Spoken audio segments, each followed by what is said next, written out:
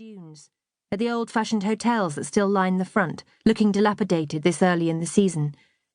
I watch a dog run after a seagull, the dog clearly barking its head off, but too far away to be heard. Am I happy? It's been such a long time since I could answer this question in any kind of a positive way. It's hard to think about the kind of person I used to be. I smile. Well, I say, getting out my beloved Leica. Yes. Although, I'd be even happier if you can find somewhere open that sells fish and chips. He smiles. You are just so high maintenance. But first, I order, brandishing the camera, lots of you looking moody in the middle distance. I study him through my lens. He's not traditionally handsome, I suppose, which suits me just fine. I'm not traditionally pretty. Pale, light-skinned. I used to have long blonde hair I parted in the middle like Gwyneth Paltrow, until I met a drippy man at a party with exactly the same hair. Not only that, but he then dedicated a song to me on his acoustic guitar, which was mildly exciting until he opened his mouth and sounded like a 24-wasp pile-up. The lyrics were something like, "Oh, woman, you ripped my heart into little pieces of shit," which I wasn't very impressed about since he'd only just met me and everything. I cut my hair quite soon after that. Look solemn, I instruct, which is difficult to say to a man who has a small piece of ice cream on his cheek, a leftover from our Magnum breakfast. White chocolate, of course. Dark chocolate is very much an after-dinner Magnum. He sighs.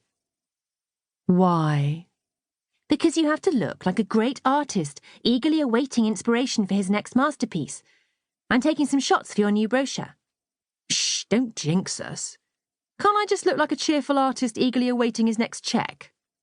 No, that's a bad look. What about a starving artist who doesn't know how he's going to pay the water bill? Let me see it, I instruct. Nope, it's a bit disappointed looking. I was very, very disappointed by our water bill. Shh. Look out to sea, then. Oh, yeah, that'll be great. Then I'll look like I'm about to start sculpting those stripy lighthouses you buy at the seaside. I put the camera down. There's money in that. That could work. No. We'll pay the water bill. Somehow. I quite like those lighthouses, I muse. Oh yeah, that's the other downside to being a freelancer, always being skint. Stop, please. Okay, I say. Deranged, passionate, look just like that. You do talk some binkety bollocks, he complains, but keeps his head still as I shoot frame after frame. With the calm line of the sea behind him, and the sharp lines of his profile, I reckon they should come up rather well in black and white. And if this mooted exhibition of his ever comes off, my pics can go in the programme.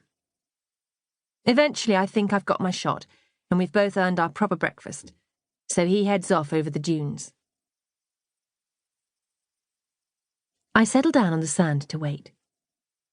Okay, it's not luxurious Mediterranean weather, but that's kind of nice. There's a freshness off the sea, just in case you forget for 1 second you're in England. But apart from the waves, it's so quiet. I feel like we're the first people ever to discover this beach. I rest my chin on my hands and just stare out to sea. Am I happy? Right here, right now? Oh, it's a big question, with a big answer. Chapter 2. When I was 11, my mum died. It's all right, it wasn't your fault. Or was it? No, I'm kidding, sorry. It's just people always look so upset. It's now over 18 years ago and I still hate having to tell people. They always look really stricken and shocked and I end up saying, it's okay, and somehow comforting them instead. Up to then I was pretty normal, or at least I think I was. I was quite a shy girl whose main hobbies were beads, Barbie and playing schools. I suppose I lived in a big house, but I honestly didn't notice that at the time. I thought everyone had a maid and their own dressing room. Anyway, as far as that goes, I would have traded the dressing room every Barbie ever made